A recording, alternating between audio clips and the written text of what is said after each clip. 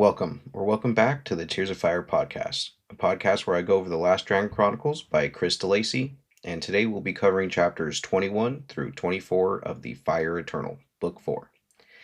I created this podcast because I wanted to interact with this series that I loved when I was a child.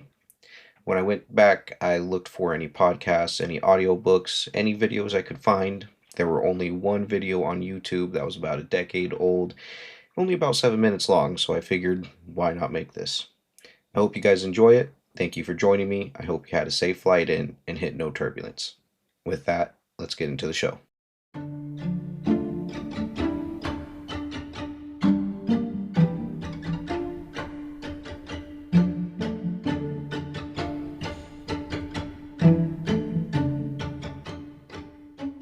Chapter 21, In the Days of Preman. We start out in the Arctic with the bears. Ingvar, Kalar, and Avril are traveling to their point with Gwilanna. Ingvar tells Gwilanna to share her story, and obviously, she's being her old self. Racist towards the bears, rude, throwing insults, calling them blubberbrain, dog breath, a whole slew of things. Gwilanna believes that Avril's not going to understand what's going on, but Ingvar encourages them both to share. Ingvar wants Gwilanna to tell Avril how she got locked into ice and bird form. So during this conversation, Gwilanna brings up the Fane. Avril takes a second and searches his memories given to him from his ancestors, including Laurel. He says that it's a distant memory, but he can remember the Fane and how they're not a physical being like the bears or humans. As we get further into the story, Ingvar/David explains that the Fane were more like our world's Prometheus. They came to humans in a time where we were basically very primitive, very cavemen, and gave us the knowledge to help farming, to be able to sustain life in one place versus having to be nomadic, gave us the power of fire. The author is changing up the old Greek myths quite a lot, but it is still a story of a higher being or a higher process giving man, handing down the knowledge, which is interesting. Recently had a conversation about this, how most religions and most ideologies come from the same origin place, and all of the stories are the same. Names might be changed up a little bit, but the same basic premise is there. So it's neat to see how, even though that this is a made-up story in a fantasy book about dragons, the author Chris DeLacy is bringing in these same beliefs and processes to his. Makes it feel a little bit more filled in, a little bit of world building there. I appreciate it. I like it. Ingvar tells Avril to listen closely because he can hear in Gwilanna's voice that she's holding back some truth. After a little bit further into the conversation, Ingvar explains that the Fane came over and started commingling with humans. Humans were the ideal hosts for them in this time when they were trying to breed the dragon population. Humans were the smartest at that time. They were starting to show signs of intelligence in using tools. And so they said that when they commingle with the humans is where the humans actually were giving the Fane evil intentions, is the best way that I can explain it. And through this evil intentions, they were kind of corrupted, and a branch started growing off in the Fane realm, which they called Chimera.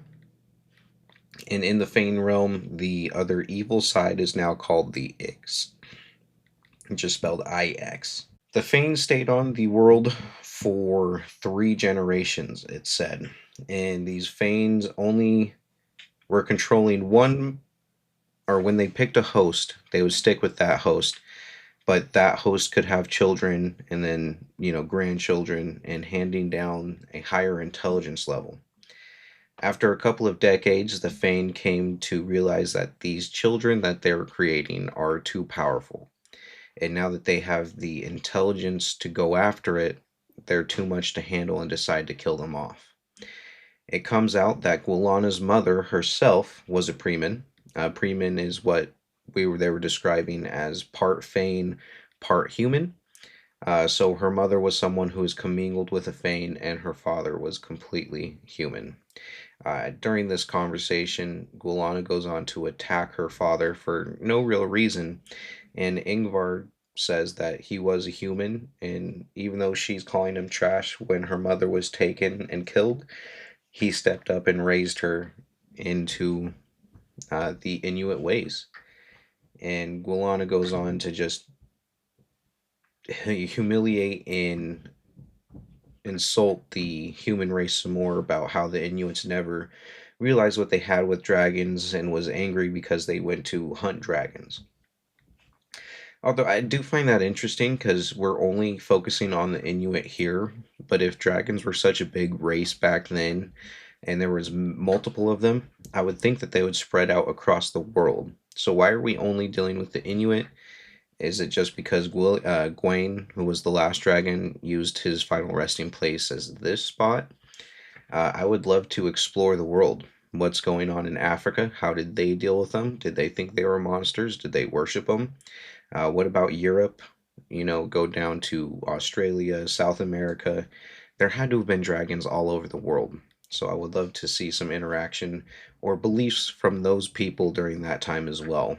And I'm sure that there were other Sibyls that were like Gwilanna's position, and to see them interact, or if they have descendants like Xana would be for Gwendolyn, who was raised by Gwilanna. There's got to be tons more of these people out there. David goes on to explain that the Fane realm is at war, and it has been for the past several hundred years, ever since Gawain had died, which I think they said was about 900 years ago. But it's just a short stint in their time, and this is completely new to them because until now they've had pretty much a hive mind and one goal. David goes on to explain that the Fane are trying to bring back the dragons, and the new faction, the Ix, will make a race of dragons with dark fire. This freaks out Gulana extremely, saying that the dragons will then try to destroy the world and the fire eternal, which is the Earth's core, completely, making it to where nothing can live, period. And after that, the dragons slash the Fane and Ix will go back to their own realm. During this conversation, with Avril's scrape in his mind, he gets cut off by Kalar coming running up saying that there's a monster coming and he's not sure what it looks like. A couple of sentences later, we get that a full blown mammoth is now walking up to them.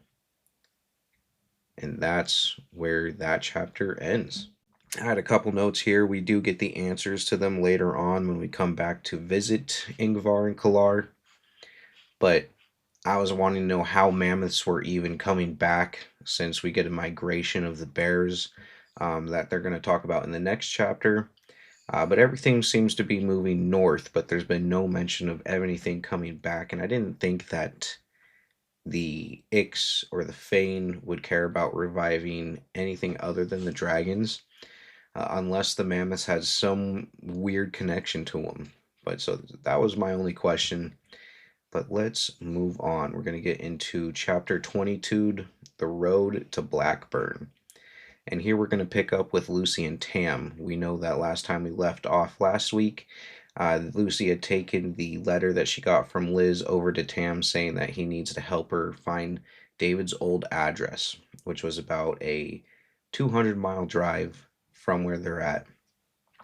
And I remember watching quite a few videos just on the size difference between Europe and America. And in Europe, a 2 hour drive, you're going to get through most of the country. I'd say over 3/4 of the country you can pass it in. But where I live in Oregon, you can drive 2 hours within that state, still be within the state. I mean, you might be, if you're starting from one border, you might be very close, like another hour's drive to the next. But you can do that all within one day. And so Lucy's getting bored. She's asking when they'll be there. Tam reminds her that it's a long trip and it's 111 more miles until they're there. And I wrote right here, just a day's trip. That's less than it takes to get to Portland for me. But Tam's putting two and two together. He's looking at Gwendolyn, who's in the back of the car propped up, and he's kind of mesmerized by her. He knows that she's alive, or at least has an inkling. So he tries to set her up, essentially, by making the car wobble going back and forth, jerking the steering wheel quickly, seeing if she'll fall over like any inanimate object would. But she stays perfectly still, and he comments saying how she has to move faster than the speed of light if she's able to do this without anybody noticing or the human eye being able to pick it up. I was getting the feeling that Tam was remembering more than he should from the memories that he got from Gwendolyn, which would make sense if Lucy's just transferring over what she remembers, then obviously she has way more information than Tam did. During the drive, they hit traffic and starts to slow down a bit. Lucy gets extremely bored and asks to listen to some music, but Tam has a bent antenna on his car and only gets one station that plays the news. While the news is playing, they're having a conversation back and forth, but the news is periodically breaking in saying that there's been crazy weather all around the world. There's a tsunami on the west coast, tornadoes in the Midwest, volcanoes over in, I want to say they were saying Africa, starting to go off, and earthquakes happening as well, all at the same time during this whole week span. So we know that Gaia, the Earth, is starting to fight back. Is this part of it? Or is it just a freak of nature coincidence? Is it part of the dragon's waking, even though we don't know anything about that? It just made me think what could be causing all of these different phenomenons to be happening as well. Tam gets into a conversation with Lucy about how she can help the image of David be pretty much immortalized, saying that nobody's going to care about the message about the global warming or the ice caps melting unless she can strike a chord on a planet wide scale. Saying that one of the best examples was there was a polar bear cub born in a zoo, and the zookeepers were going to kill it because they didn't have a need for it. It was just taking up space, and they had four other ones. But one of the reporters came through saying that it wasn't fair. This polar bear cub barely even had a chance to live. And he threw it all over the internet. He threw it onto news channel stations, went and did every interview he could, and was able to get enough sympathy power to stop it. And then we get into a bit of an interesting conversation, especially for the nowadays. This book, I had to see when it was published, but it came out in 2007. But Tam's big point that he wanted to get across to Lucy was about disinformation. And so I would like to read from the book itself to get exactly what he was saying. But that doesn't mean I close myself off to scientists who argue the other side of the story. You know what the biggest trouble is from all this? Boredom, Lucy suggests, who hated being lectured.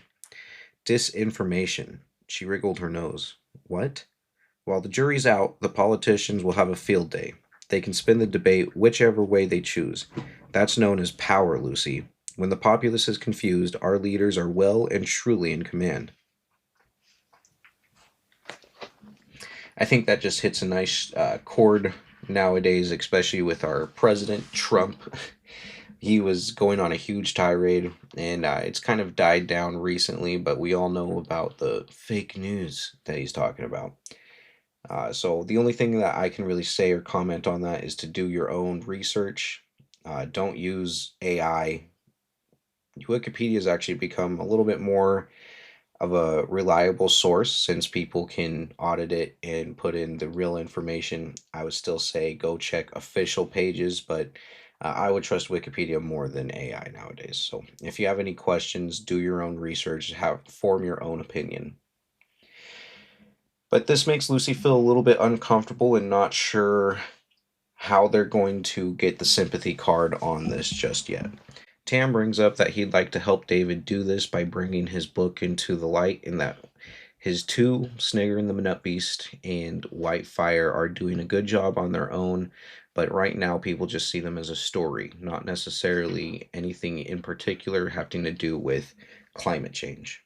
During this time, Tam also starts to ask questions about Liz, Lucy, and Gwen. After David is brought up, Tam thinks that David is the one bringing the dragons to life. Lucy slips up a little bit and says that he doesn't have the ability. This is when Tam decides to speak up and ask if it's Liz or Lucy or even Gwen. Lucy gets a little hesitant and starts to close her mouth, and doesn't want to keep going with that conversation. Luckily for Lucy, though, the conversation is interrupted by the news stating that something weird is going on up in the north, referring to the Arctic, saying that scientists have been tracking a herd of bears. Almost every bear that they have a tracker on is migrating north. Not all of them are together in a pack, but individually going to the same central point. Lucy falls asleep and she's not sure how long it was, but by the time she wakes up, they're pulling into the neighborhood onto the street that David supposedly lived. When they turn on, they're looking at the numbers on the house, and it goes 10, 8, 6, and then 2. There's no house with the address number 4 on it, and this is confusing both of them, but that actually brings us to the end of that chapter. Luckily, we don't have to wait too long. We get into chapter 23, Dandelion Alley. And there's a voice that comes from behind Lucy and Tam when they're getting out and doing some investigating. And Xana had met them there. She tells Lucy that she was able to put it together pretty easily, that she didn't cover her tracks very well. Lucy had disappeared the day after Liz gave her the letter with David's address on it. Lucy is obviously very upset to see Xana, but Xana says that she looked up and down this road. There's no house with the number 4 on it. She even went around to the other neighbors asking around, and nobody knew who David was or if David had any family around there. While Lucy and Xana were distracted talking to each other and starting another fight, Tam hears a buzz going around inside of his car. So he's searching all around and finds Lucy's phone that had fallen between the door and the seat, probably when she was asleep. When he answers it, there was no messages, no calls, no anything, but it started glowing purple and there was a dot on the screen. So I have here in my notes saying that, is this Fane magic? What's going on here? But it started snowing at this point as well, which is weird because for some reason I was thinking that this was during the springtime, but maybe this is late fall, early winter. A lot of the snowflakes start centralizing around the phone and building something. It takes a few seconds, but eventually a squirrel pops out and starts running around. This amazes Tam. I'm not sure why, because I feel like squirrels are pretty normal to have around in Massachusetts, but maybe not in the wintertime. Lucy gets distracted by the squirrel. She starts chasing it around, thinking that it's some sort of sign. And the squirrel runs in between houses 6 and 2, where a little alley is that the house number 4 should have been. Lucy's following him. He's hopping up on the fence, going back and forth. A lot of dandelions, a lot of roses, a lot of flowers just being grown in this absent dirt patch is essentially the best way I can describe it. But once Lucy is starting to catch up to the squirrel, there's a little ripple in the air, and I could tell obviously that this was a portal. But Lucy didn't see it, and once she steps through, she's transported away almost instantly. Lucy just hears a voice and she's asking who this person is. She can tell that she's in like a stone type building. It's very, very cold, very damp as well. The squirrel disappears as she was having a conversation with him. The voice just tells her that you were probing. You were looking for David with both your mind and your heart. And that seems to be what everybody is doing. This voice says he's not sure why Lucy was brought to this location, and he steps out into the light. We get to see Brother Bernard. This is awesome. I love Brother Bernard. You guys know that he quickly became one of my favorite characters from the last book, and to see him return is awesome. But we do get a little bit of a sketchy situation where when Lucy looks at him, it looks like Brother Bernard, it sounds like Brother Bernard, but his eyes are completely black. There's no white around it, no pupils, no anything. And so this makes me wonder if the Fane have come back down and taken control of him. It would make sense since he's had contact and interactions with Grockle, David, Henry when he was part of the Fane. He's pretty connected to things. So I hope Brother Bernard gets to live through this interaction. I don't quite remember his fate, but it would be sad to see him go. That brings us to the end of that chapter and into chapter 24, A Gift from Home. We get that Kalar, Ingvar, and Avril are all sitting, staring at this mammoth, just absolutely mesmerized. Gwilanna goes and flies over the Eye of Gwain to protect it, though not without some barking from Ingvar. He thinks that she's going to fly away with it, but she croaks at him, saying that he's just being this dumb, blubber brained bear, and he needs to pay attention to what's going on because the ancestors are trying to mess with him. It comes that this mammoth was just an apparition. Ingvar could tell that there was a ripple in time and that the Fane had sent them to test Kalar. Kalar seems to be possessed at this time. He's starting to go back and forth, become very aggressive, and as he's stalking this mammoth has lights and spirits traveling above it, and he just starts trumpeting. He doesn't do anything, he doesn't move, he doesn't make any advances, he's just making a bunch of loud noises. But Avril's sitting here watching this, kind of freaked out, not sure what to do, but Ingvar tells him to just sit still, he'll take care of it. And Kalar starts charging the mammoth. Out of nowhere, we get Ingvar kind of coming from the side and pinning Kalar down. And I could have sworn from the last book that Ingvar was supposed to be the descendant of Ragnar as well, which would make these guys either brothers, or Ingvar could even possibly Kalar's father from before Ingvar and David got fused together. But these are two fighting bears going at it. Ingvar's able to overpower him and pin him in a way. And he looks into Kalar's eyes, sees that he's possessed, and he starts doing his own ritual slash chanting. And the white fire envelops the mammoth, Kalar, and Ingvar, and vanishes the Fane that was in him. Ingvar explains to Kalar that this is how the Ix are testing him, just showing him his greatest fears. And not Ingvar, and Kalar says that he just saw a big brown bear, which is curious to me because obviously a mammoth looks nothing like a bear, and he knows, well, doesn't necessarily know what a mammoth is. Avril explains what it was since he could tell, or he has memories from Laurel of the time when the mammoth shared the ice with the polar bears as well.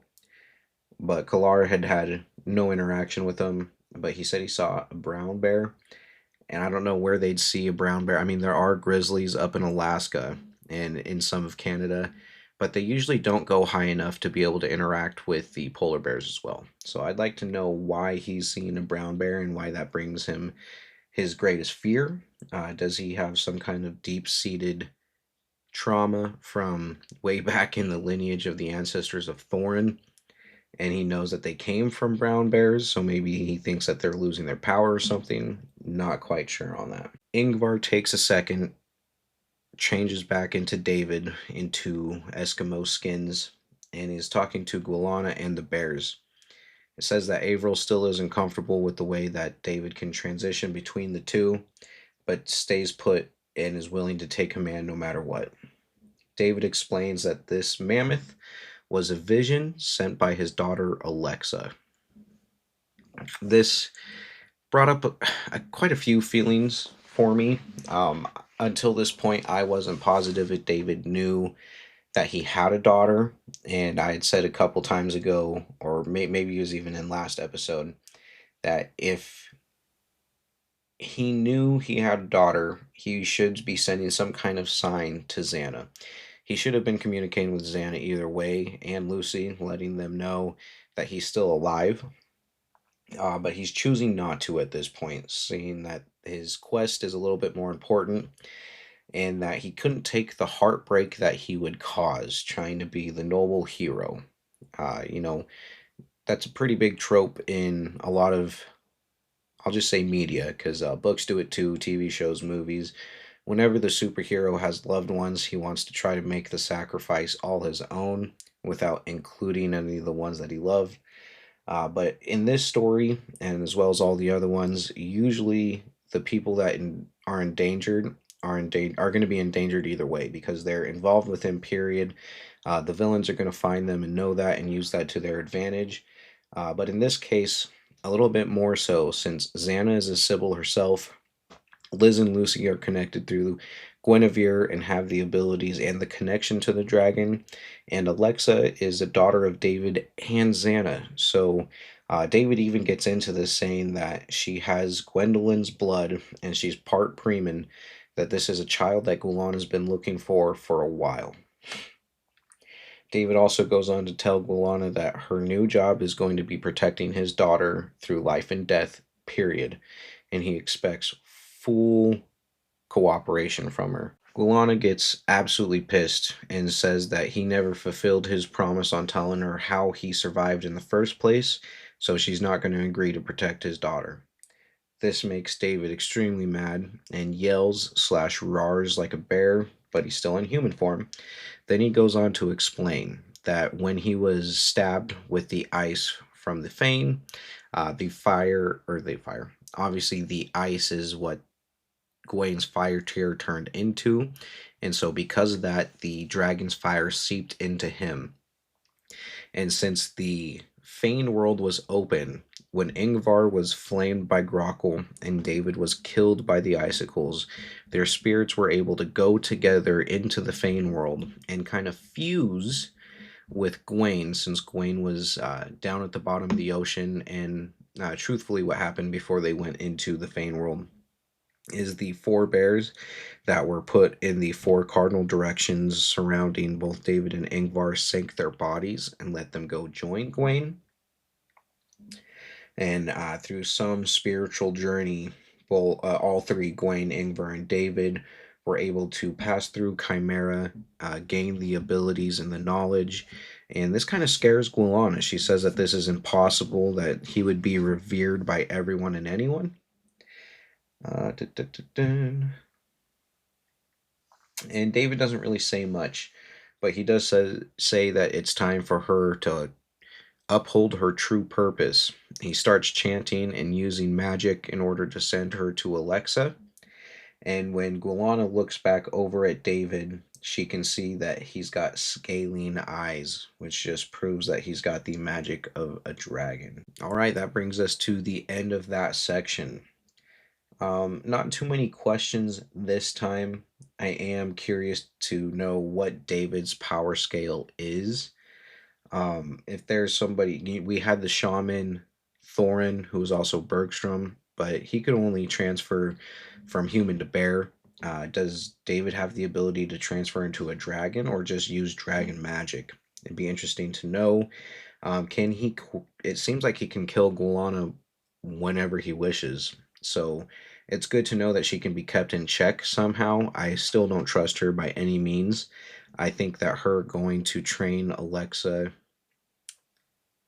isn't necessarily the best move. I think maybe if David could send Gwilanna to train Xana first, and then Xana could transfer it down to Alexa, it's also kind of fucked up to send a 5-year-old into this world with those kind of expectations. I don't know if he's got a multiple year plan or if he's wanting to use a 5-year-old's magic to help save the world right now, but that's a lot of pressure to put on anyone. But all right, if you guys have any questions or comments, please, you can comment on Spotify and YouTube. There's also the Gmail, gadzooksThelastDM@gmail.com. I appreciate you guys joining me this week. Sorry I had to take a week off. Life got kind of crazy, and it'd been a while, so I felt like I deserved it, but I'll be back from here on. I hope to see you guys next week where we go over chapters 25 through 28. But until then, have a safe flight out and hit no turbulence.